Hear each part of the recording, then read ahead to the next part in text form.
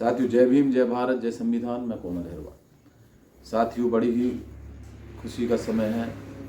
हम और आपने जो मेहनत की थी बाबा साहब के सम्मान के लिए, उस मेहनत का परिणाम मिल चुका है। हमारी 3 मांगों में से एक मांग आज पूरी हो गई। दमू पुलिस ने उस अपराधी को पकड़ लिया है जिसने बाबा साहब की प्रतिमा को क्षतिग्रस्त किया था। और मैं उन सभी साथियों का बहुत बहुत आभारी हूँ जिन्होंने ना पानी को देखा, ना भूख को देखा, ना प्यास को देखा, ना ही मुकदमों से डरे। जो 28 तारीख को आंदोलन में आए थे, खासकर अभिषेक जाटव जी और उनके साथी, और पटेरा से, कोटा से और दमोह जिले के आसपास के सभी लोगों का मैं बहुत बहुत आभारी हूँ जिन्होंने इस आंदोलन में बाबा साहब के सम्मान में एनर्जी दी, ताकत दी। और उनके साथ साथ मैं दमोह पुलिस अधीक्षक महोदय का बहुत बहुत आभारी हूँ, पटेरा टीआई का आभारी हूँ जिन्होंने, टाइम जरूर लगा 20 दिन का, लेकिन कम से कम बाबा साहब का अपमान करने वाले को पकड़ लिया। अब इससे जो मैसेज जाएगा पूरे देश में वो यह रहेगा कि बाबा साहब की तरफ कोई आँख उठा के देखेगा भी नहीं।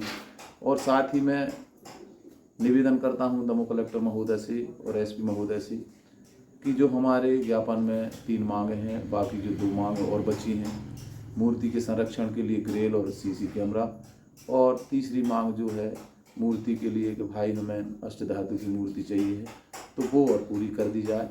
तो निश्चित ही हम आपका सम्मान करेंगे संगठन की तरफ से, समाज की तरफ से।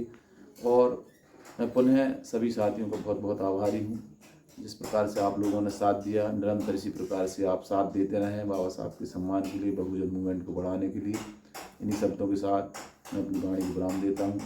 जय भीम, जय भारत, जय संविधान। सभी साथियों को क्रांतिकारी जय भीम।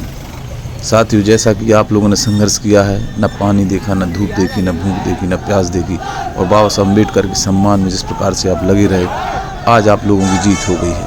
आज दमोह पुलिस ने अपराधी को गिरफ्तार कर लिया है और गिरफ्तारी के साथ में मूर्ति भी पुनः स्थापित करने की पुलिस अधीक्षक महोदय ने बात की है। तो आगे आप सुने दमोह के पुलिस अधीक्षक महोदय को, लेकिन मैं पुनः आप लोगों को बहुत बहुत बधाई देता हूं, बहुत बहुत आभार व्यक्त करता हूं। साथ ही दमोह पुलिस अधीक्षक और दमोह की पूरी पटेरा की पूरी टीम का बहुत बहुत आभार व्यक्त करता हूं। पटेरा पुलिस का बहुत बहुत आभार व्यक्त करता हूं जिन्होंने हमारे बाबा साहब के सम्मान में दिन रात एक कर दिया।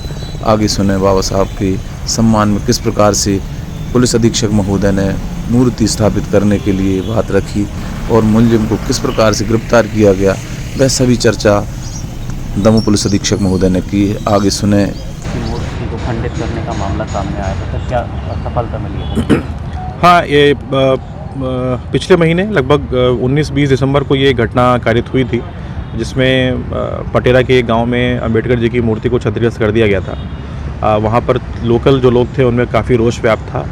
शहर के भी कई सारे लोगों ने इस संबंध में ज्ञापन दिए थे और उनकी मांग थी कि इसमें अपराधियों को पकड़ा जाए। हमने सेम डे वहाँ पर डॉग स्क्वाड और फिंगरप्रिंटिंग की टीम भेजी थी, जहाँ से कुछ फिंगरप्रिंट हमें प्राप्त हुए थे।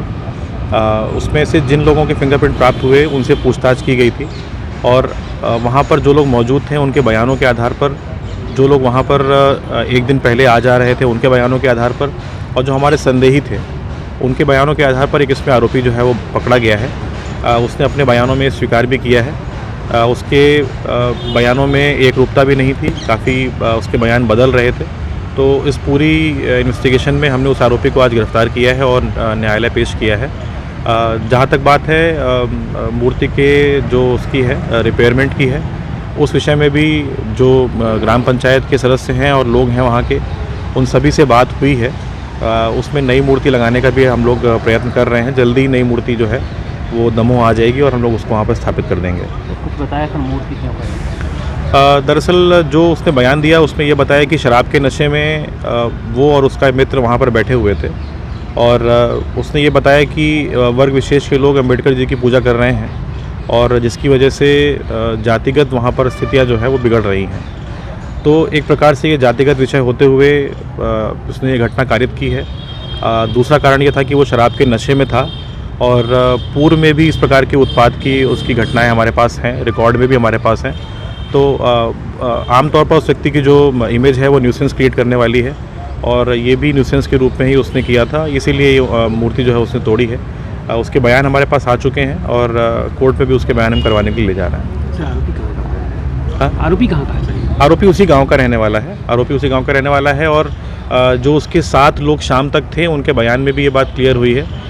उन्होंने भी ये बात बताई है कि जो उसने पूर्व के बयान दिए थे वो गलत हैं। बाद में उसने भी अपने बयान में ये चीज़ स्वीकार की है। तो इसमें ये चीज़ साफ़ हो गई है कि आरोपी वही है जिसको हमने पकड़ा है और आज उसको हमने न्यायालय पेश करा दिया।